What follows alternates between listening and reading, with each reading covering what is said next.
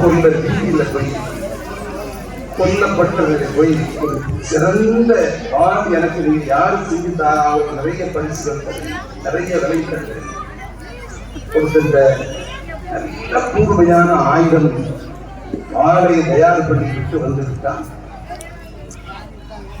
அத ஒரு மாச காலமாக விஷத்தில் போய்த்தான். ஒரு நாள் காலை சுபுடைய நேரத்தில் மக்களோடு மக்களாக தொடர்ந்தான். மெஹராபுக்கு அருகாமையில் நின்று கொண்டு இதற்கு உமர் சத்தாப் ரலியல்லாஹு தொழ வருகிறார்கள். இமாமாக நின்று தொழுகை நடத்துகிறார்கள். அல்லாஹு அக்பர் என்று தொழுகை நடத்தி சூரத்து ஃபாத்திஹா ஓதிக்கொண்டிருக்கிற பொழுது இந்த மனிதன் தான் விஷத்தில் ஒரு மாத காலம் போய்த்துவிட்டு அந்த கூடிய வாளை கொண்டு உமர் சத்தாவினுடைய பின்பகுதியை குத்தி ரத்தம் பீரிட்டு ஓரச் சென்று கீழே சரிவெற்றினான். அவங்களை அந்த நிலக்குறைந்து அமைதியான மஸ்ஜிதுல் நபவி உமர் சத்தாப் இரத்த வெள்ளத்தில் கிடந்ததை கண்டு கொலையாளியை தடுத்து நிறுத்துவதற்காக சென்ற அந்த தொழுகையாளிகள் வெற்றி வேரை அந்த வாளால் வெட்டி சாய்ந்து விட்டு ஓடோடி போய்விட்டார். இன்னொரு சாதி தொழுகையை நடத்தினார். உமர் சத்தாப் இரத்த வெள்ளத்தோடு வீட்டிற்கு கொண்டு சென்றார்.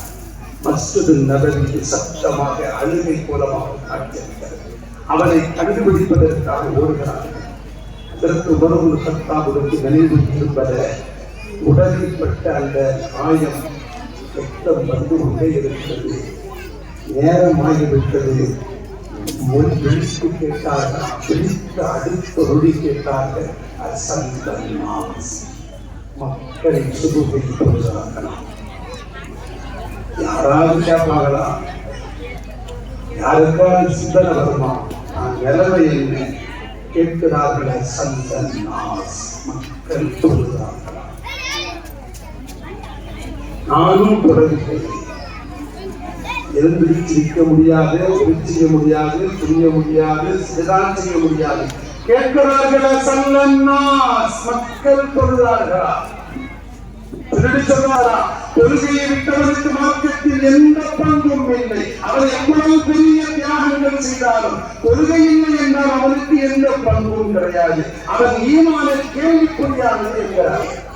ரசூலுல்லாஹி ஸல்லல்லாஹு அலைஹி வஸல்லம் மௌத்தாஹுடைய கடைசி நேரத்தில் அஸ்ஸலா அஸ்ஸலா தொழுகை தொழுகை தொழுகை அஸ்ஸலா தொழுகை தொழுகை என்று சொன்னார். குழந்தை பிறந்த உடனே சரியத்தில் நமக்கு கிராமத்தில் அது மார்க்கத்தில் சொல்லித்தரப்பட்டிருக்கிற ஒரு கடமை.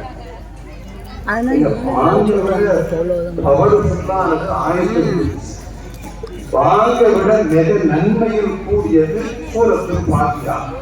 வாங்கை விட பெரிய சூறாக்கள் எல்லாம் இருக்கிறது. அந்த சூறாக்களை எல்லாம் காதுகளில் ஊத வேண்டும் என்று சொல்லாத மார்க்கம் சாதாரண அல்லாஹு பெரியவன் அஷ்ஹது அல்லா இலாஹ இல்லல்லாஹ் என்கிற வார்த்தைகளை கொண்டிருக்கிற வாங்கு சொல்வதை ஏன் கடமையாக்கப்பட்டிருக்கிறது என்றால்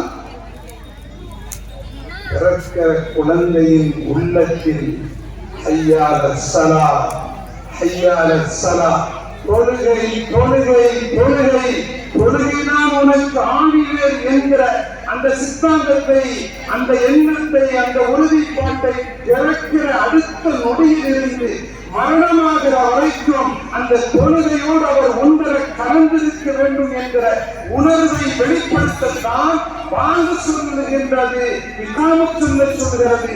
பிறந்த அடுத்த நொடியில் பிள்ளையின் காதுகள்.